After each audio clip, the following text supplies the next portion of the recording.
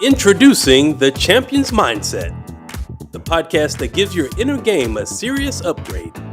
Join internationally renowned mindset and performance expert, KATHRYN Orford.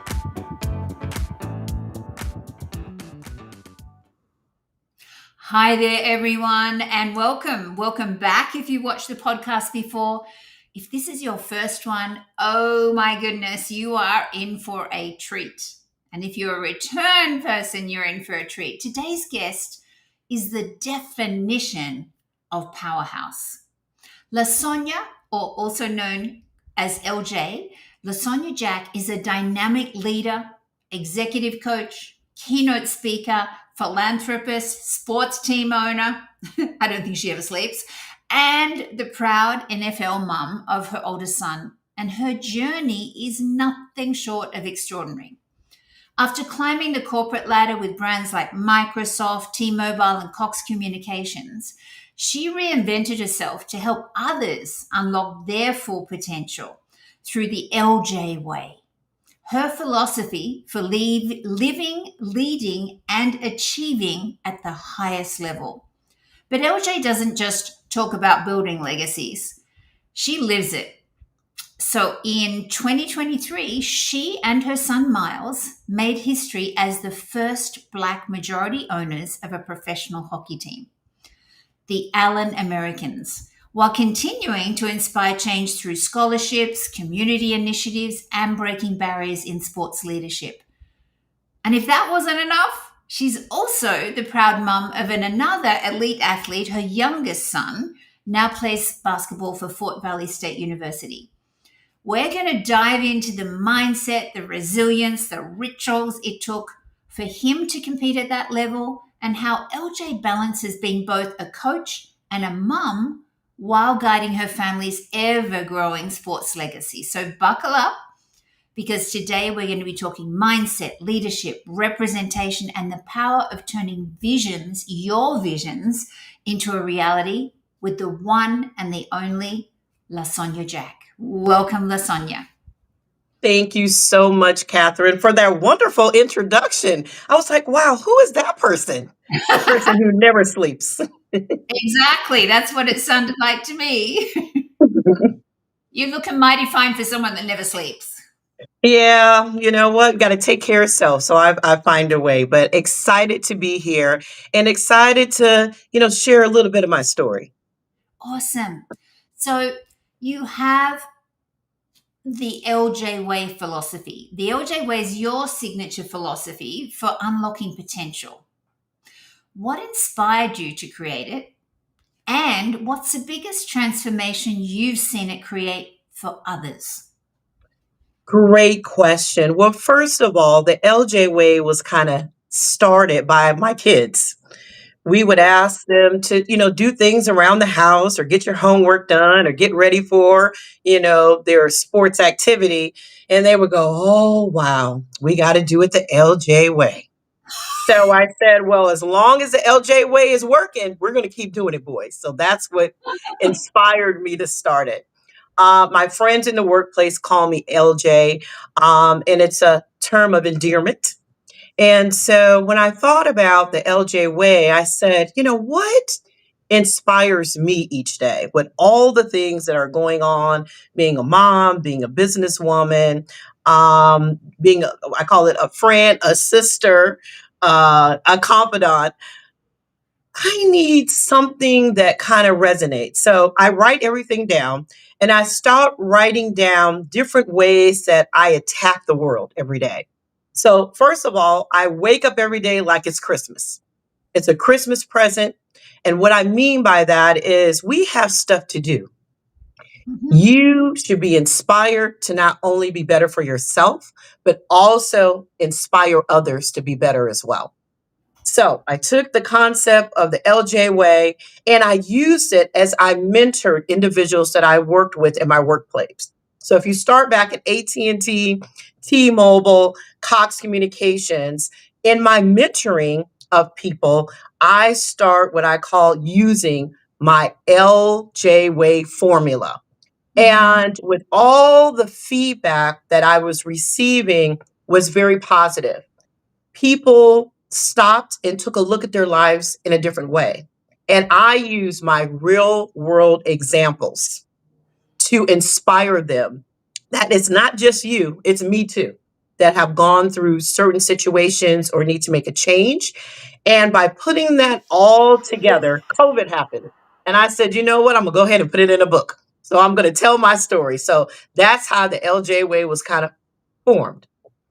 Got you. Got you. Now, you've lived an extraordinary journey, but you didn't start this way. You've built it into corporate leadership, sports ownership. What were the mindset shifts that have made the greatest difference in your life from how you grew up to where you're at now? I would say the first thing is that we have to have self determination. We have to believe that we belong. So, growing up, going to school, and I'm talking about high school, then college, I was confident but not self assured in my abilities or what did I want to do in life? Where did I want to go? Where did I want to live? Where do I want to work? And at some point, it was a job that I had. I was doing very well on the job in college. And the lady who was a supervisor came over to me and she said, LaSonjia, you're doing a really great job. What would you like to do past this job? And I couldn't answer. I didn't know. So at that time, I said, you know what? I need to research. And if you remember, KATHRYN, we used to have the newspapers, the help wanted section. Yes, I would go get the Sunday paper and I would read all the jobs and what the qualifications were and what people needed to do for specific jobs. And I decided in myself that I was going to learn those skills on the job. So I just stopped, took a time out and decided that I wanted more and I was going to do something different. And to think like that, though. I would say more of watching what great looks like. So we realize we do have great people around us. There's people, I'm going to use my grandmother as an example, who's passed away, but she was very good cook. She was an excellent cook, very meticulous about how she put portions together, how she mixed things together. And what we don't realize is there are great people around us that we can emulate. So having someone that you can look up to, and then I'm going to say we have to have mentors. We have to within our business and definitely, KATHRYN, outside of our business. And here's the last thing. I don't want the yes person to say, oh, LJ, everything is great. That sounds wonderful. You need the person who's going to give you the tough answers that you are not looking for. They're going to set you straight. Yep. And I had a few of those people along the way. Yes. I had a great executive director that worked at AT&T, and he sat me down and he gave it to me straight. We're friends today. He does great things, and he knows who he is if he's watching this. Yes, but he probably doesn't even realize how much he's changed my life because I would ask questions, but he would give me real world examples of things that I needed to do to make myself more marketable in the workplace and also in my personal life as well too. So we need those great people around us. So for people who say, well, it's just me and I can do it all by myself. No, you can't. No, you can't. Yeah, I totally agree. I've always, well, not always, but I've had mentors for about the last 30 years, I think. And it's the difference that makes the difference because I know I need to be accountable to start with. Do you know what I mean? I need someone to be saying, hey, you haven't achieved XYZ that you said you were going to achieve. So speaking of mentoring, let's shift gears into motherhood because your two boys have done extraordinary things. So earning a spot at UCLA, which was Myles, and then going on to the NFL. It's no small feat. So what were some of the pivotal mindset moments that Myles had to overcome along the way, and how did you support him during that journey? Well, sports, and if anybody who is a sports mom, sports dad, sports uncle, first of all, it takes a lot of time. That's the number one thing. And what I mean is the practice, getting the uniforms, getting ready. Then you have to go to the games and you have to travel to the games and you have to travel home from the games. So I would say a number one thing in supporting both boys in their sports, and they play basketball, football, and track, is being there for them. Being a person, being a mom, but also being that person that informs them about back to what great looks like. My kids are a little bit special. They would watch great, sports players of all different kinds. So what I mean by that is you would say, what's your favorite team? And they said, we don't have a favorite team. We have favorite people. We watch people who do great things in sports, and that's what we want to be. So I help them resonate that idea by when we would go on vacations, I would take them by colleges so they could see what the college field looks like or the basketball court looks like. I would also give them information, and it's going to be funny because they probably don't even remember this. We used to have a computer at home, and I used to print out what great sports players were doing in their community or that they had great grades. And I would print them out and leave them on their bedside. In our house, we had books about sports and people who were great in sports, but not also just sports, but great in the community. So I say you have to feed your kids that information. Yeah, you can tell them, hey, this is great, but if you can actually show them, have them experience it, I call it feel it, touch it, live it. It makes a difference about how they see the world and how they go about being their great selves. So I talked about that all the time. You can be good, great, or extraordinary. So why not be extraordinary? Mm, mm. Now, obviously, the road to the NFL, there were going to be twists and turns. How did you, like, so many mums say to me, I don't know what to say to my teenager on the ride home when they've lost the game or they've missed the winning shot or whatever. How did you approach all of that? Oh, we had a lot of games where we got beat up too. Yeah. So it was a Now, lot. It listen was a up, lot of parents. yes, a lot of quiet ride homes. But we have a thing in our house with the Jacks to say the Jacks always do our best. So no matter what the score is. So I'm talking about middle school, high school, or NFL. No matter what the score, I ask you, did you do your best? Because no one knows that except you. And my Yeah. kids would answer, Mom, I gave it all I got, and we still lost 30-0. Then I Yeah. said, that's all you can do. Then you did your best. You did your job for today. And sometimes that does come in a loss from that standpoint, but it comes in a win because you did what you had to do to help the team and to, help the situation, even though as a team you may not have won. So that's the first thing. And the second piece to that is you can't win everything. No, But exactly. how you feel about it is most important. So we would talk about it. We would be positive. My kids are a little bit special. They watch film after they lose a game or win a game. Mm. And they try to figure out ways to get better, I'll tell this quick, tiny story. When Myles was deciding to go to UCLA, the UCLA team was in the championship at the time, a Mhm. bowl game, and they lost pretty bad. And my thought was, oh, he's going to pick UCLA, which we knew. And I thought he's going to change his mind because they lost. But guess what he said? They needed me. Oh, I love it. Yeah. He said, Mom, they need me. So that's a different mindset than, wow, I'm not going to that losing team or that team didn't win or they made all these terrible things. He says, no, I think I could contribute more if I was there. So they need me. And that's where I'm going. That's awesome. And when you were talking about it, really resonated for me because I had my daughter was a very talented athlete. And I, we used to talk about your personal best on one day might be different to your personal best the next day. But as long as you know you did your absolute best on that day, given those circumstances, given that opposing team Mhm. or whatever, that's the most important thing. And I think my dad, who we lived with for the last 6 years of his life, we had a self-contained apartment that he lived in, and he was a former Australian cycling champion.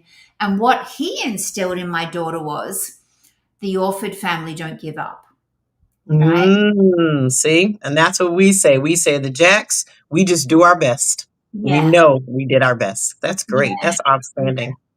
So how do you balance, because you still have, Jah'len is at college. How do you balance being a mum and a mindset mentor when your sons are chasing big dreams on such competitive stages? Like, what do you do? How do you support them?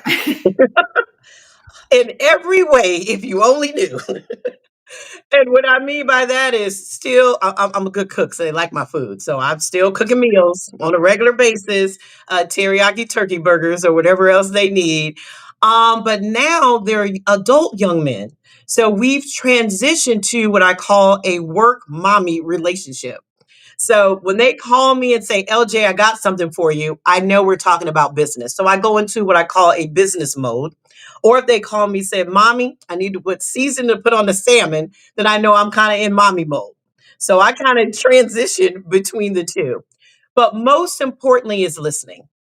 We are going to agree to disagree sometimes. And just because I have an opinion and they have opinion, our most important thing is that we listen to each other and we hear each other out. Our family is based, the underline is love, no matter what. So we're not perfect. God has given us these gifts and we're going to work together as a unit to do the things that, I call God has called us to do. But most importantly is being that support system. And yes, as a mom, there's some things that I just shake my head about, let me tell you.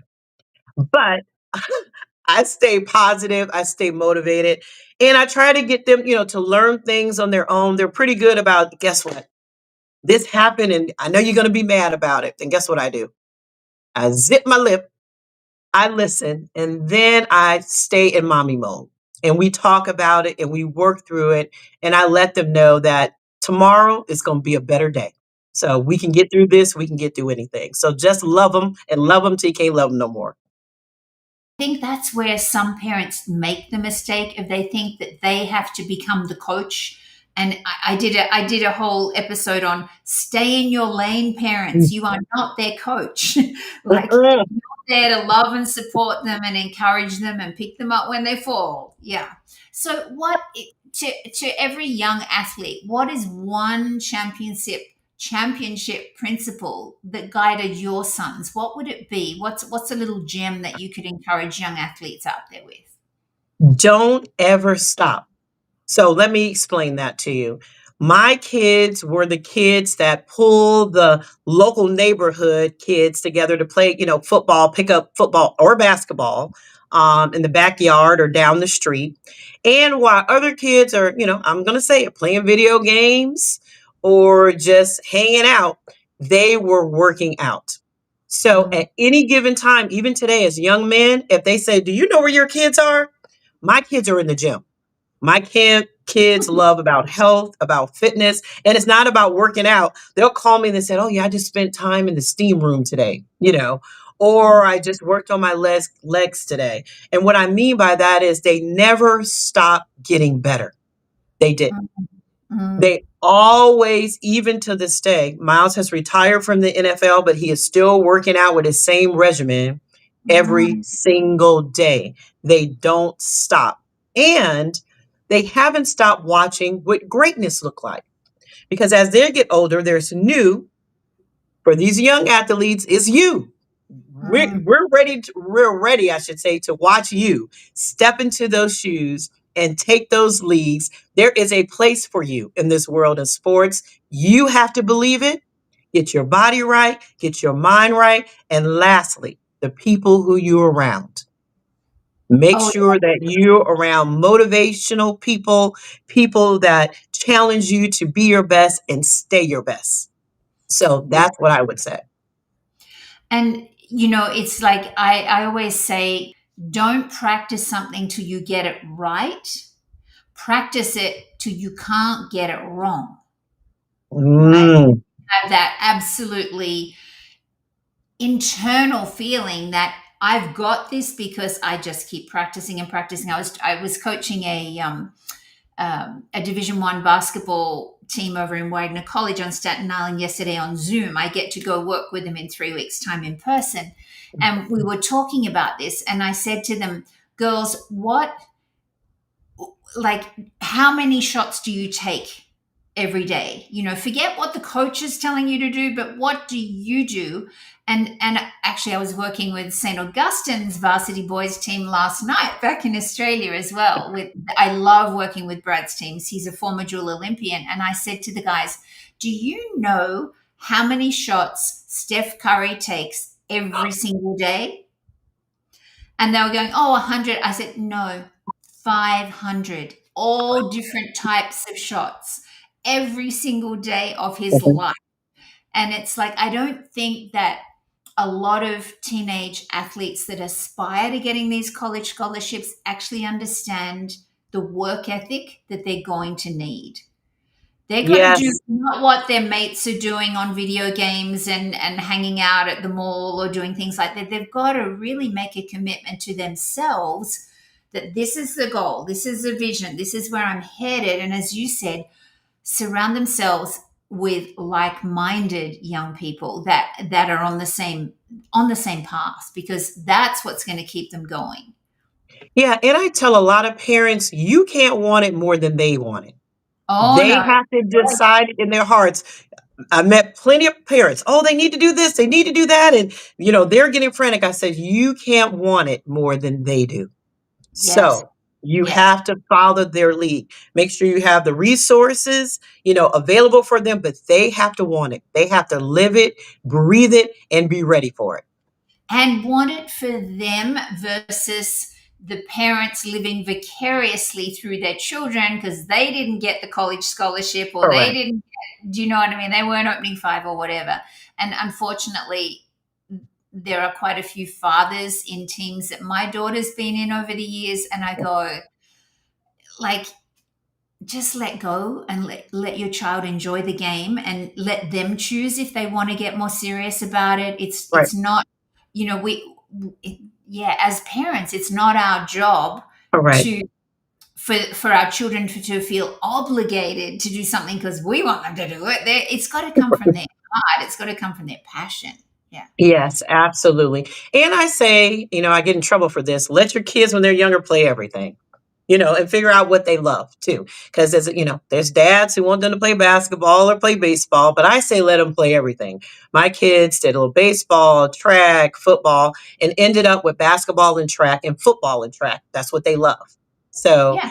Yeah. let them experience, and not only that, not just the sports, the camaraderie of work, with the other kids. They get to learn different kids and friends for life. My kids, they have friends from life from sports. Yeah, yeah, exactly. And my daughter was the same. She was a gifted athlete. She did netball, which is a game we play in Australia. She did netball, she did softball, she played tennis, she tried cheerleading, she did dance. And then she came home when she was in year three, and her teacher, Mrs. Mack, had played basketball. And she said, "Mum, I don't want to pass the ball. I want to bounce the ball." And I went, "Well, that's Oh, basketball, darling." And then off we went. So now, moving on to what you're doing right now. So you're breaking massive barriers in sports ownership, because in 2023, you and Myles, your oldest, who is mhm. former NFL player, you made history as the first Black majority owners of the Allen Americans hockey team. That's like a milestone extraordinaire. How did that opportunity come about? And what does it mean for your family's sports legacy? So, one of the things that I'm talking about moving forward is about the legacy. So, let's talk about this hockey team. So, I came from born and raised in Evanston, Illinois, very familiar with hockey. Ice skated, roller skate on the weekends, and all that snow up in Chicago. And so when Miles went to the Jacksonville Jaguars, a friend of ours, a great friend, said, "Hey, would you guys be interested in some sports ownership?" And it was just investment opportunities, nothing else besides that. Had opportunity to sit down, and we invested in the Jacksonville Icemen, the Savannah Ghost Pirates, the Tahoe Night Monsters, that's with Tim Tebow, and then the Charlotte Checkers, which is an AHL team right under an NHL team. And so, as Myles is looking for what comes next after football, so for those parents, you always have what comes next plan for your kids. We sat down and we said, hey, there's an opportunity on the table for us to be a co-majority owner and probably be the only African Americans of a hockey team. And we said absolutely yes. So for the last couple years, I've been working on operations with the team. And guess what? Now my son, Myles Jack, is fully running the Allen Americans located outside of Dallas, Texas. And let me tell you, Catherine, we are what we call an African American owners, but hockey is for everyone. Everyone loves hockey. We love hockey, and it's a great opportunity for any and everyone to get involved. And I tell kids, not only do you play sports, try owning them too. And as you see, a lot of celebrities, got hockey teams. They also have, pickleball teams now, softball teams, baseball teams, basketball teams. You see a lot of those people investing in those things. But I say you too can also be an investment or an owner of a team. So we're just very proud of this opportunity, and we need more people to come on and get some more teams. What have you learned, and what has Myles learned about leadership and representation from stepping into such an uncharted space? Like you'd never done this before. Never, and excited. But we said this, we have always had leadership within us. Okay. Him being a leader on the field, me being a leader in corporate America. So now you take a mom who have operational years of operational experience, leading teams, developing processes, and then you take a great NFL football player as Myles Jack being a two-way player in college, and you merge those two together. That's what leadership is. We are now responsible for not only the entertainment, which is absolutely outstanding, but we're responsible for jobs, operations, and the legacy of what this means to run this fabulous team. So it has taught us hard work pays off, and don't get ready, always be ready. Because if we take everything that we've learned thus far, it has prepared us for this moment. If you'd asked me, Catherine, 3 years ago, LJ, you're going to be a co owner of a hockey team, I would have told you you were crazy. I don't know what you're talking about. It was not in my preview. So I tell people, blessings come in all different type of packages. And if you stay the course, you will be ready when the time is right. I love what you said. Don't get ready, be ready. And it's Mhm. like, it reminds me of that quote that Oprah has, which there's no such thing as luck. Luck is when preparation meets opportunity. And it sounds like that's what happened, for you. Yeah, yeah, it's almost like a perfect storm that happened, with the sports and operations for us to get the team together. But many of times, and it was an easy job. So let me tell you, it wasn't that easy. But once we secure the team, you know, it's also a self attribute as wow. I think about all the past things I've done in corporate America, negotiation, leadership, team building, pulling people together, researching. Well, it all came together at this moment. So Yeah, you have to that's go, what I I'm gonna pat myself on the back on this one. Now, didn't think about all that hard work over the years, but now it's like, wow, if I didn't go through some of those struggles, mm, learning opportunities, and more important, Catherine, failures. yes. Failure, because that's We, how you learn failures. exactly. You don't learn so much from the wins, you learn a lot Nope. more from the failures. Wow. Yes. So prepared us for this time. Now let's do some lightning round questions for you. Okay. Okay. What is your go-to mantra before big moments? Whew.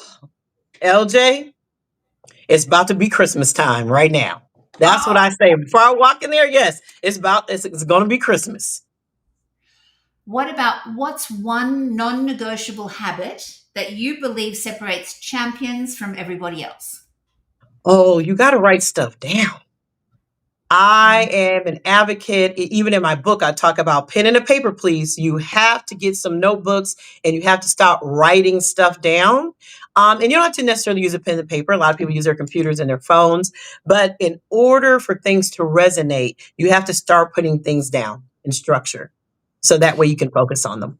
And interestingly enough, there's definitely research to say that when we actually handwrite something, because I get all of my athletes and performers that I work with to write their script for it's written in the past tense as if it's already happened. And a lot of them, of course, young people want to just put it on their phone or whatever. So, no, no, no. You need to write it down because when we actually physically write it, it goes into our mind much better. So, that's, yeah. So, okay. So, a future trend in sports or leadership that actually excites you right now. What do you see coming up?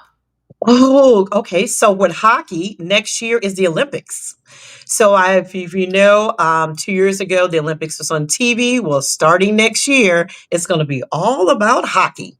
So overseas in Milan in Italy. So excited about people now understanding more about hockey because hockey is like that love that people know. Have you ever been to a hockey game before, Catherine? Let me ask you that. Not yet. And it's, oh my, Okay, I said to a dear friend the other day, I said, I've been to see the Rockies play baseball, and I'm an absolute Denver Nuggets diehard fan. I've got quarter season tickets to that.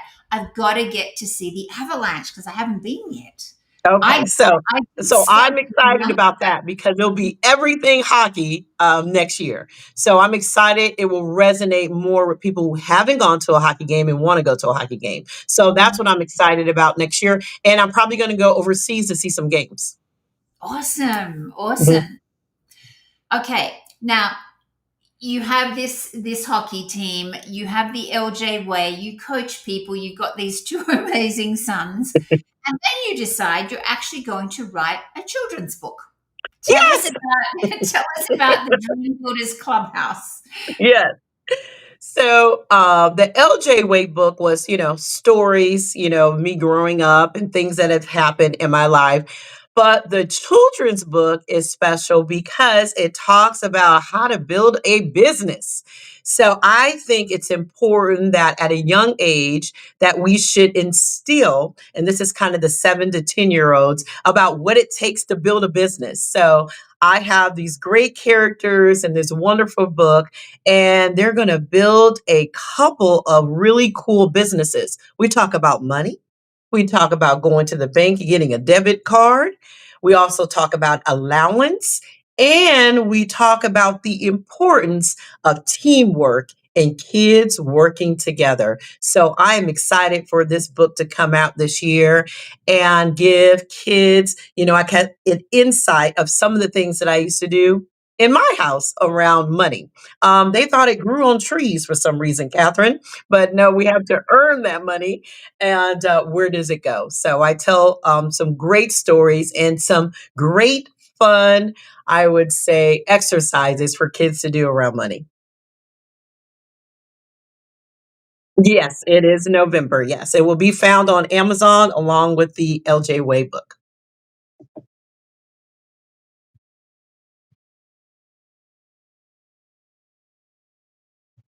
Well, charity or awareness around breast cancer. Tell us about that.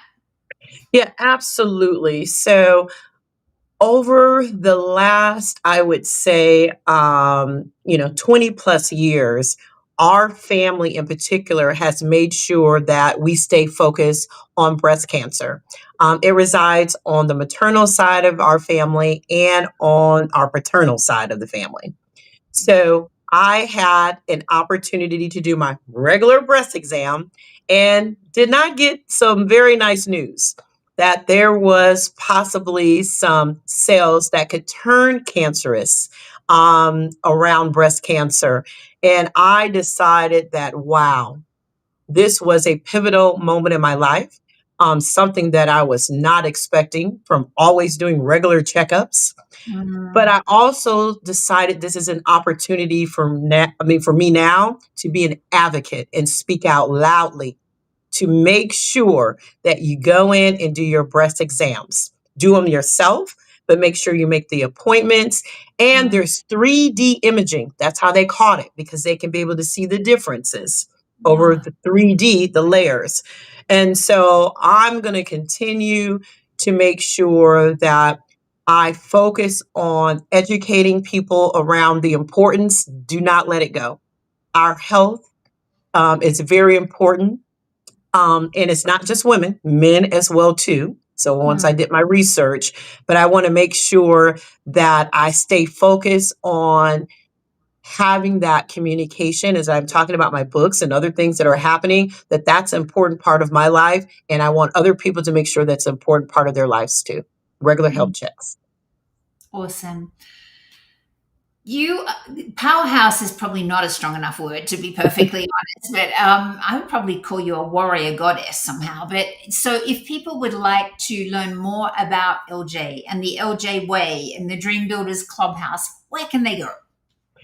Thank you so much for that. They can go to LaSonjiaJack.com, and that's LASON Jack.com, and as well on Instagram. So that will be LaSonjiaJack03. But if you hit the website, we're going to have tons of information on there coming up. I am adding a section around breast cancer awareness, which I think it's absolutely important. And most importantly, it's time to change. So if you want to fuel your life, come do the LJ way, and we're going to make some new strides and do things a little bit differently. And hopefully it'll end up to be your way. Awesome. And so the book comes out in November. You also speak on stages as well. So if people want to say, hey, I need to hear this woman on a stage, then they'll be able to just go to that website that we have on the screen right now, and they can have a chat to you and take it from there. Absolutely. There is a contact us page. I am out speaking to what I call our young adults around sports leadership and also sports careers. I'm also speaking to our C-levels around leadership, and you do have a seat at the table, but what are you going to do when you get there? And then also making sure that we talk about our time. So another mantra that I always say is, we may not have a lot of resources, may not have a lot of people. Some people don't have a lot of money, but we can manage our time. So that's important to us. So that's what I want people to start focus on. How am I using my time? Day to day, week to week, hour to hour, because that is what's going to make a difference in your life. And you can start your legacy for your family, your children. I'll call it your cousins, your nieces, your nephews, or close people to you. What are you leaving behind? But your time will allow you to do that. I've loved this interview. Honestly, LaSonjia, thank you so much for your time. I know viewers, just pop some comments below. What was your biggest takeaway? What was it about what LaSonjia said that has inspired you to do something differently? And honestly, write it down as please. Just keep it in your head. Right. There's something magical that happens when we get things out of our head and our heart and down onto paper. It's part of the whole, it's a universal law of manifesting. It's like we've got to get it out on paper for it to actually happen. It's not going to happen if it's just up here. So thank you so much. Please comment below, share this, subscribe, etc. And we will see you next week. If you would like to stay on, there's definitely going to be a code where you can download my Basketball Coach's Mindset Secrets. And guess what? It's not just for basketball, it's for life. So thank you again, Sonjia. Thank you so much. Thanks for watching The Champion's Mindset with KATHRYN Orford. Don't forget to like, comment, and subscribe. See you next week.